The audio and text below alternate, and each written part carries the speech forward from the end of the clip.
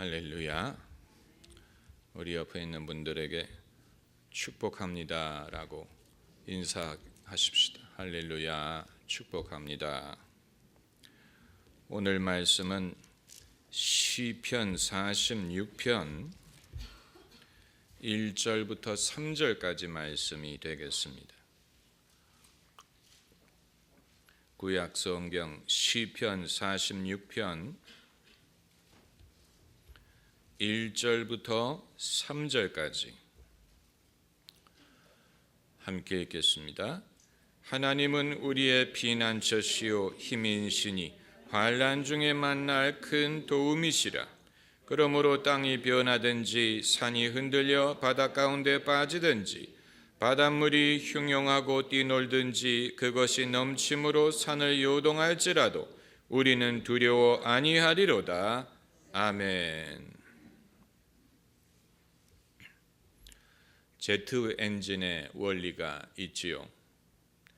우리나라는 항공기를 조립하기는 하는데 아직 제트 엔진을 제작하는 기술은 갖지 못했습니다. 제트 엔진의 원리는 항공유를 연소해서 추진력을 내는 것입니다. 그 추진력을 뒤로 내뿜습니다. 반대로 엔진 입구에는 강한 속도로 바람을 빨아들입니다. 그래서 제트기가 속도가 빨라질수록 더 많은 양의 바람이 더 빨리 빨아들여집니다. 제트 엔진의 원리는 뭐와 비슷하냐면 태풍 가운데 성냥불을 켜는 것과 같습니다. 그러니까 바람이 그 불을 꺼뜨릴 수도 있는데 그 불이 꺼지지 않고 더 강하게 타는 것입니다. 이것이 제트 엔진의 원리예요. 우리가 인간의 경험과 신앙을 생각할 때 과거에 인간이 겪었던 그 많은 시련이 강한 바람과도 같아서 인간의 신앙을 꺼뜨려도 벌써 오래전에 여러 번 꺼뜨렸을 것 같은데 희한하게도 신앙은 꺼지지 않고 살아남았고 바람이 심할수록 더 강하게 힘을 얻었습니다. 만일 많은 사람들이 생각하는 대로 신앙이 사람이 자기 스스로를 위로하기 위하여 만든 것이라면 태풍과 같은 인생의 시련 앞에 그 시도는 꺼져버렸을 것입니다. 벌써 오래전에. 그러나 시련의 바람이 불면 불수록 더 신앙이 힘을 얻는 것은 그것이 사람의 의도로 말미암는 것이 아니라는 것을 반증해 줍니다. 오늘 본문은 제가 기도하는 중에 떠올린 것입니다.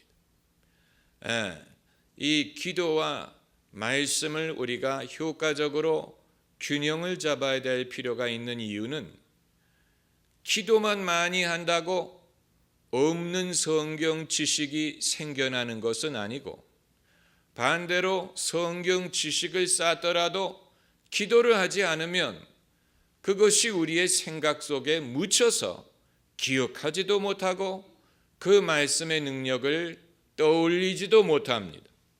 그러므로 말씀을 읽고 묵상하는 것과 또한 기도하는 것을 적당히 병행을 해야 말씀을 읽은 것이 우리 마음속에 축적돼서 거기에서 성령이 하나님의 말씀을 추출해낼 수가 있고 또한 기도를 병행함으로 마음속에 축적되어 있지만 내가 벌써 오래전에 잊어버렸던 하나님의 말씀을 되살려서 그 말씀의 의미와 능력을 발굴할 수가 있는 것입니다. 이처럼 성경을 읽는 것과 기도하는 것을 병행을 해야 되는데 어느 것부터 먼저 해야 되느냐? 할 수 있는 것부터 먼저 해야 됩니다. 기도가 되는 사람은 기도를 하고, 성경을 읽을 기회가 있을 때는 부지런히 성경을 읽고, 그래서 이 두 개를 열심히 부지런히 쌓아나가야 됩니다. 그것은 대신할 수 있는 것이 아무것도 없어요.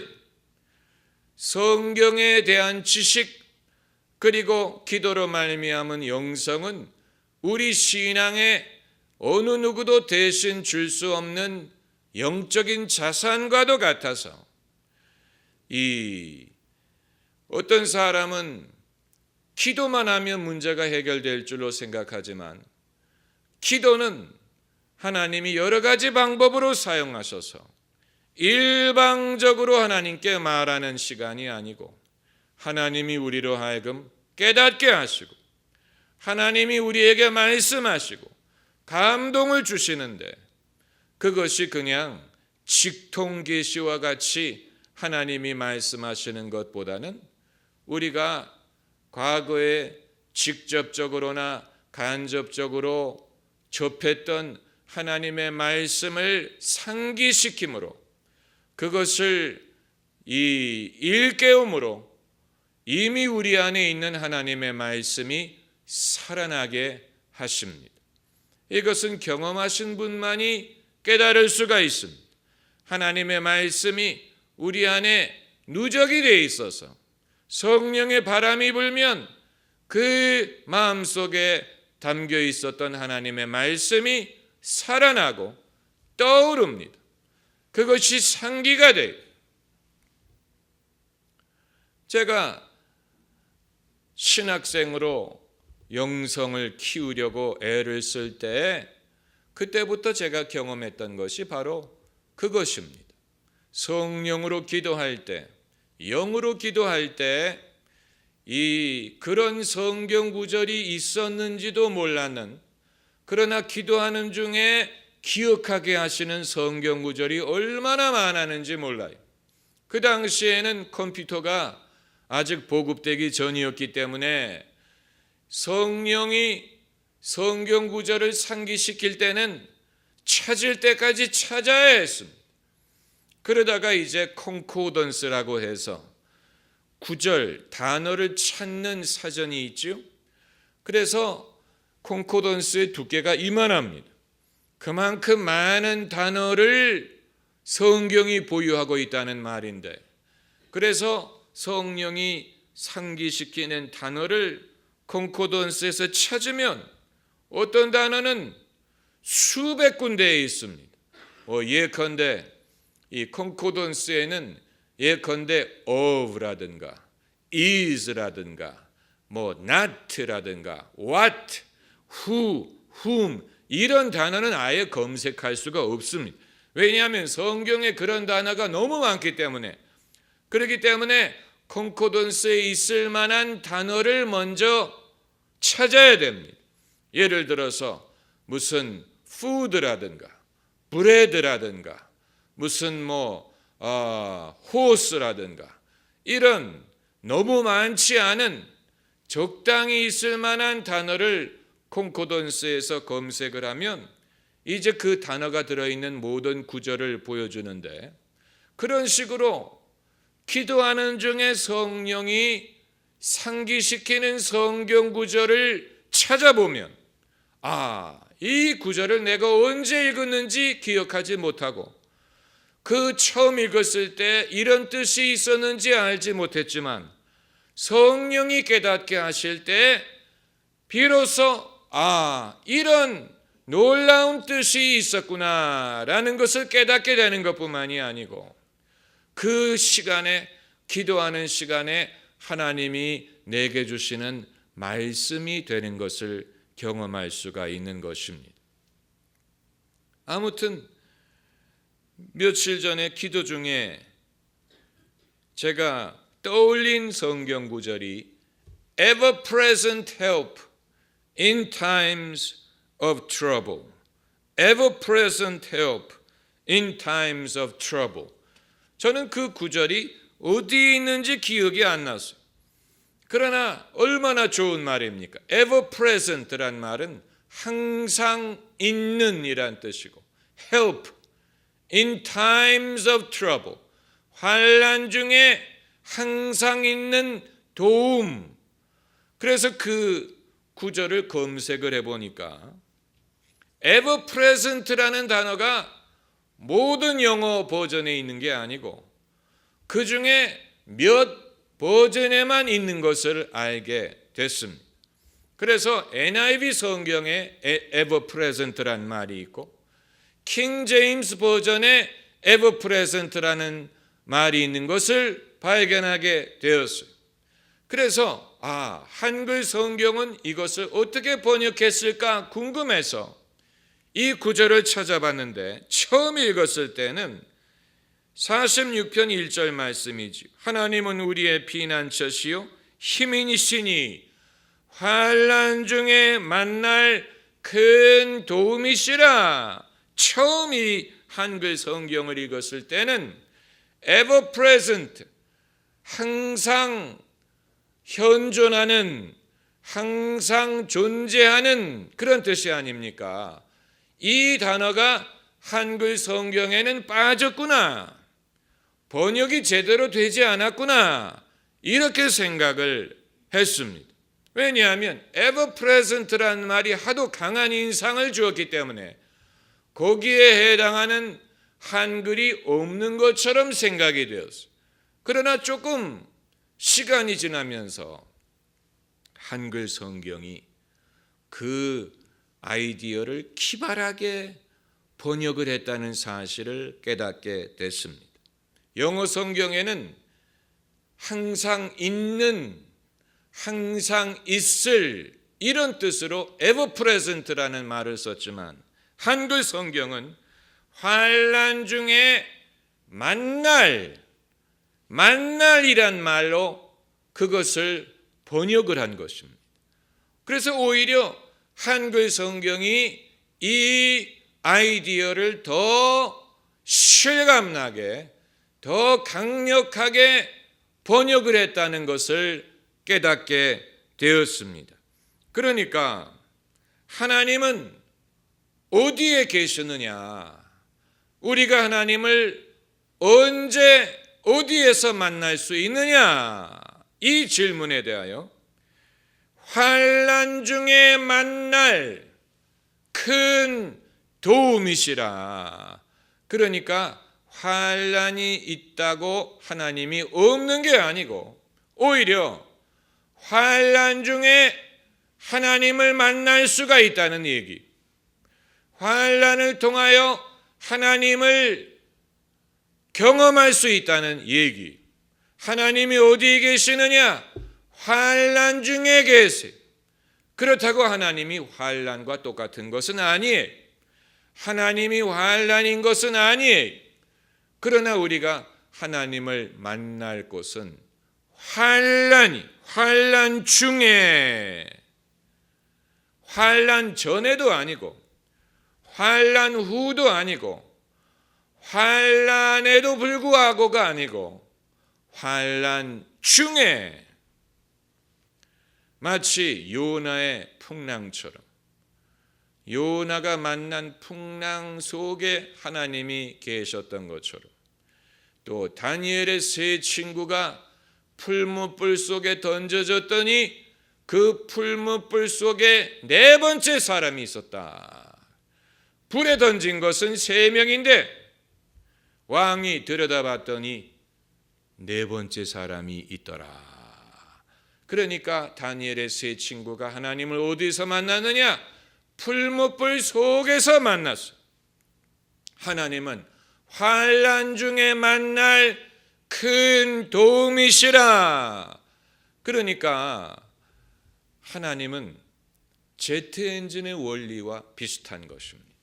환난의 그 강한 바람을 고려할 때 그 앞에 불을 켜는 것은 마치 태풍에 성냥불을 켜는 것처럼 금방 불이 꺼질 것 같은데, 그러나 하나님은 제트 엔진과 같아서 더 바람이 세게 흡입이 될수록 더 강한 추진력을 발생시킬 수가 있는 것입니다. 실제로 제트 엔진을 실험할 때는 바람뿐만이 아니고 비행기가 맑은 날에만 날아다니는 게 아니잖아요. 비가 올 때도 비행기가 날아가요. 비가 많이 올 때도 비행기가 날아가야 돼요. 그러므로 이 엔진이 꺼지지 않을 것을 확인하려면은 실험할 때 엔진 앞에다가 물을 뿌려요. 그래서 바람과 물이 함께 제트 엔진에 빨려 들어가요. 우리 생각에는 그 제트 엔진의 불이 꺼질 거다, 그렇게 생각하는데, 만약에 제트 엔진의 불이 꺼진다면 비행기는 추락할 것입니다. 그렇다면 제트 비행기는 비가 올 때는 날 수가 없다는 얘기인데, 그러나 현대 항공기는 비가 올 때 태풍 가운데 날더라도 비행기 엔진이 꺼지지 않아요. 그것은 이제 항공기술의 놀라운 것이지만 하나님도 이와 같습니다. 제가 왜 인간이 그동안에 겪었던 모든 시련을 생각하면 신앙이 꺼지지 않고 살아남았다는 것이 놀랍다고 말씀을 드렸는데, 다이애나 비의 장례식에 노래를 불렀던 존 레논이 아니고 이 엘튼 존이 Candle in the Wind라는 노래를 불렀어요. Candle in the Wind, 바람 속의 촛불. 그것은 이제 다이애나 비가 바람 속의 촛불과 같은 연약한 존재라는 그런 내용의 노래지만, 인간은 바람 속의 촛불같이 연약합니다. 그러므로 인간 혼자 있으면 바람 앞에서 꺼질 수밖에 없어요. 그러나 인간이 여호와 하나님을 의지하게 되면 그것은 바람 속의 촛불이 아닌 바람 속의 제트 엔진과 같아서 바람이 더 많이 불수록 더 많은 추진력을 낼 수가 있는 것입니다. 항공기가 사용하는 항공유는 결국은 원유를 정제해서 만든 것인데, 원유를 정제해서 어떻게 정제하느냐에 따라서 무슨 석유가 될 수도 있고 휘발유가 될 수도 있고 무슨 항공유가 그 중에 하나. 항공유는 굉장히 발화성이 높은 그런 연료입니다. 그래서 항공유, 성령은 항공유와 같아요. 발화력이 강해. 성령. 존 버년의 철로 역정을 보면 마귀가 이 벽난로의 불을 끄기 위해서 물을 뿌리는데, 그럼에도 희한하게 그 불이 꺼지지 않고 활활 타오르더라 그랬어요. 그래서 이상해서 그 벽난로 뒤에를 보니까 성령이 몰래 기름을 붓고 계시더라, 이런 구절이 있습니다. 그러니까 마귀는 우리의 믿음을 꺼뜨리고 싶어요. 끄고 싶어요. 그래서 물을 뿌려, 불에다가. 그러나 성령은 항공유와 같아요. 발화력이 강한, 연소력이 강한 힘이라서 세상에 바람이 강하게 불수록 오히려 더 힘을 발휘하는 것입니다. 이것은 우리의 인간의 생각으로는 이해하기 어려운 면이 있어요. 어찌하여 평강 중에, 모든 것이 평안한 중에 하나님을 만날 수 있으면 더 좋지 않느냐? 왜 하나님은 환난 중에 만날 큰 힘이 되시느냐? 왜 그런 식으로 역사하시느냐? 그건 우리가 다 이해할 수 없습니다. 한 가지 분명한 것은 하나님은 그렇게 하신다는 사실.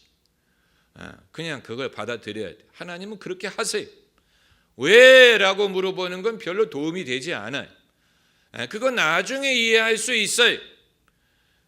왜를 안다고 하나님의 방법이 달라지는 게 아니에요.